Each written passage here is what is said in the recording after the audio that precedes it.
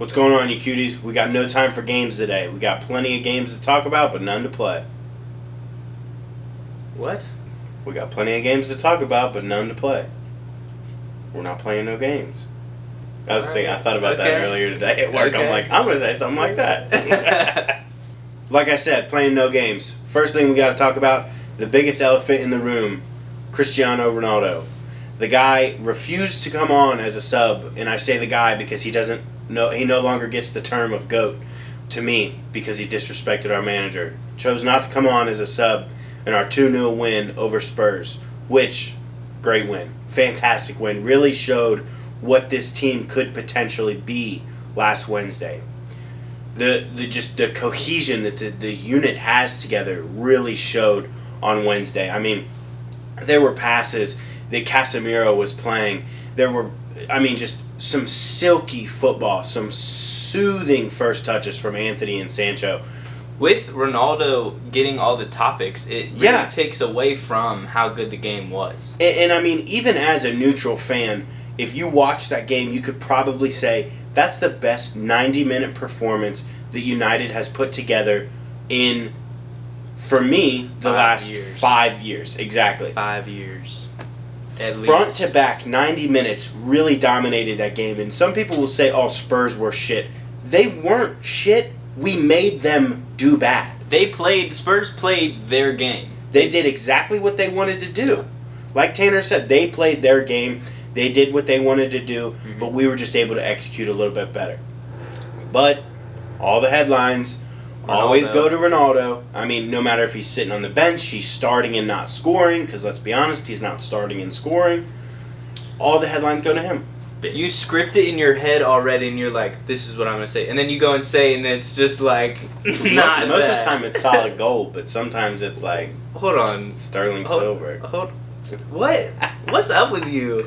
1-1 draw for United.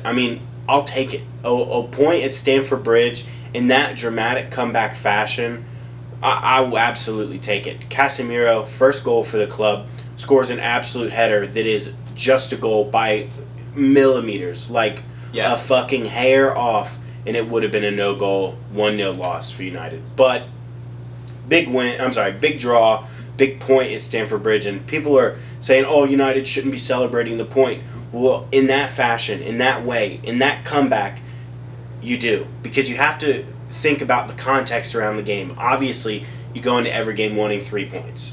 But some games just aren't available, and when you go to Stamford Bridge and you take a point off of Chelsea, I say that's a pretty good result. An informed Chelsea team, too, who's been doing very well under Graham Potter since he's came in. 1-4 of the last 5, like Tanner. They've been really, really good. They've been on form. And to get a point from them, I would say that's a good result and a deserved result. Because if you watch the game, you knew that neither team really were able to get that extra foot forward, except when old dumbass Scott gets in the middle of everything, gives away a penalty, and we go down 1-0. And honestly, what a I didn't think we'd come back. terrible decision by Scott McTominay. Penalty all day. It's not even a discussion. It's a penalty all day. He hugs Jorginho, it was Jorginho took the penalty. Yeah, Jorginho took it was somebody. He wraps the attacker up in a hug, like damn near throws him to the ground. McTominay, it's the 80th minute, 83rd minute, and you're at Stamford Bridge. You just got subbed on, right? You didn't even start the game. You got subbed on. You're thinking, this is your time. You need to go in. You need to put in a job for all the other players who've been working their ass off the whole game. You need to help them out. You need to put in that extra effort. And then he goes and does that. It's a big mistake. It's definitely not one you want to see, especially if you're a McTominay fan. But we do see them go down. A Casemiro goal that I'm pretty sure he's been waiting for a goal for the past 3 years, I'm pretty sure. Even when he was in Madrid. He hasn't scored. He hasn't scored in so long. But yeah, 95th, 96th? 95th minute, just a really great header, great cross. Luke Shaw is, for as much shit as you guys know, I talk about him, and for as much as he probably deserves, he deserves the credit. He has had a really good run of games here the last couple of weeks, but the thing with Luke Shaw is the consistency. He's got the highest of highs. At times, he's one of the best fullbacks in the world. But then the lows of the lows. His slumps are very down here. And you just really can't make up for those. Even though you have the highest highs, you need that consistency as a professional. Which I think Malacia coming in has made him really think, oh shit, maybe this guy will take my place, unlike Tellez, because Tellez was absolutely tragic at defending. So Malacia can take that spot, and it's just making him play even better.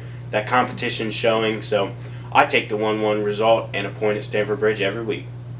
Absolutely inevitable. This team, the Norwegian up front, the Belgian in the midfield, I mean, it's absolutely beautiful. Credit to Brighton, played their hearts out. 3-1 to City, as you can see on the pop-up. You knew from the beginning. I'm loving it. I'm absolutely... This is such a big win in my eyes because you're like, oh my god, it's Brighton. But yeah, it's Brighton. Brighton's a mid-table Premier League team. They're a team who just lost their coach. They got all these players who are fighting to impress their new coach, and I'm pretty sure most of them did against City. Even though you look at the score 3-1, yeah. But the performance Brighton put up was very, very good. Their passing, very, very good. They had more possession than us, believe it or not. They had a better game against City than United did against City, or even than United did against Brighton earlier in the season. The Brighton team is one of the best in the league to me, just outside of that top 8. And I really think that they're such a strong team. Yeah. They're so bonded together. They know exactly what the other one is going to do. Even with this new coach, they're a well-drilled, well-structured team. And for City to really just get that final ball that Brighton doesn't have really just showed that, yes, you can have such a quality team, such a well-coached, tactical team, that sometimes skill is just going to put you over the top. And when you look at the goals we scored, it's kind of also like you can't really discredit Brighton. There was a breakaway, Haaland pushes off the defender, you know what I'm saying? Like, maybe a little bit of a foul right there. That's definitely not a foul. This is the Premier League. Like, that's not a foul. And if it's you know what? He's 6'5", 240. That's a foul. And you gotta also think is a foul. You gotta think who he was going up against. Who was another dude who was like 6'4". I think it was Dan Burn. Dan Burn, who went down like a sack of fucking cards. Bruh, you can't tell me that Dan Burn can't put more of a body on Haaland than that. I mean, come on. Anyway, if he doesn't want the foul, which Haaland should have got the foul. He should have tackled him. He should have made a play. He should have been a good defender. I mean, I don't know. Should have been like Lisandro Martinez. Yeah. Well, I don't know. But anyway, Mason Mount beat up Lisandro Martinez. But we do see Luke Shaw had to stop him. We do see Haaland 2 goals, a pen, the breakaway run. Oh my goodness. Wasn't able to get the hat trick though. Right. Fucking like, loser. What a scrub. Anyway, we see King Kevin not getting an assist this game, sadly. That's what I want to see. He should have had an assist. He should have had one. Riyad Mahrez should have fucking scored it, bro. Oh my god, that made me so mad. Oh, I still love Riyad, but he needs to be putting those away. Sometimes he has those little moments like those past Sterling for City moments where it's definitely not near as often. Because Sterling did it so often that it was noticed. Yeah. But Mahrez, sometimes he has those like, oh, bro, like you feel like he could have done a little bit more, and that was one of those. Just a lapse in concentration, really. Anyway, we do see Bernardo playing great. De Bruyne, oh my goodness, what a shot. Right foot, top left. That was a pretty good bends goal. It in. I mean. Pretty good goal. Come on. I'm a KDB hater through and through, but that was a pretty good goal. We do have Brighton getting their goal, too. I think it was Trossard. Trossard. With an absolute pearl of a goal as well. Really I mean, he had a really good run there from the midfield to score that goal, and there was some hope there for a second, and I believe it was 2-1 at that point. Yeah. Really thought that maybe Brighton would be able to get a point, but then, like I said earlier, that talent just overrides. And we need to give a happy birthday to Ilkay Gundogan real quick. That's one thing. Also, just man, like it was a really good game. It was a really all-around performance. But like I said, Brighton really put up a fight, and Trossard is somebody to watch out for because He's been playing good these last few weeks. He's got to go against City. Let's keep an eye out. Moving swiftly on. We got more Premier League for you, not just United, not just City. Even though that's all that matters. Exactly. Liverpool taking a loss 1-0 to Nottingham Forest. That does matter to me. Big result for top 4 teams. I guess you could say it's for City with a title race. It's just not looking good for Liverpool right now. Down 1-0 to Nottingham Forest. Yeah, the old Pool is not playing so well. Trent Alexander-Arnold didn't play again after not getting the start against City. So I can't really talk too much shit on him, but I just had to throw it in there that hey, he didn't play, but they still lost. Still lost. If he would have played, he probably would have just given up a couple more goals. But neither here nor there. Leeds take a 2-3 loss against Fulham at Ellen Road. I'm beyond disappointed in Jesse Marsch. I'm beyond disappointed in the team. Just another dreadful performance. It was so bad. The fact of they had it at 1-1. They go up 1-0 at home to Nottingham Forest. Or I'm sorry, to Fulham. It's Fulham, okay? May as well be Nottingham Forest. They got Mitrovic. They got Mitrovic, Tim Ream, Anthony Robinson, and we don't give a fuck about anybody else. Okay? That's it. Leeds United, those are the games you have to win. Those are the 3 points you have to pick up. If you want to stay in the Prem, that is the game you absolutely have to get 3 points from. At home against Fulham. Newly promoted Fulham. I get Fulham is a good side, and they've been playing well this season compared to other Premier League teams, like especially the ones who just got promoted. Like Fulham's a solid team, but you're at home against Fulham. You need to get a result. It's Jesse's fault. It's the players' fault. The whole game, and hats off to Fulham, played a really good game. They played the way they wanted to play, set-piece goals. Leeds need to get it together. Jesse needs to get it together. He needs to get his team together. He gives them all this hope and fight and everything. Yeah, that's all fucking cool, but you need to get a result. You need to tell these motherfuckers what's what, how to play your Exactly. game, how to give them the tactics. Because sometimes these players, they look like they're just running around. And I get that that's part of the system. Pointless running. Yeah, exactly. Why are you out there making these runs that you know midfielders are going to be on the ball trying to get through the midfield and not going to be able to ping one 40 yards? Like, some of the pointless runs that they're making, not even just straight runs towards the goal or in behind, but just some of the runs across in front of the defense, it makes no sense because they can't get those passes through all the time. With Jesse in this system too, it's also like, dude, you realize when it's not working, you have to fucking change. I don't care who you are. I don't care if you're Pep. I don't care if you're Klopp. I don't care how pristine of a manager you think you are. If something's not working, and it hasn't been working game after game after game, switch it up. Change it. There's no reason, just because you're all high and mighty about the way you play,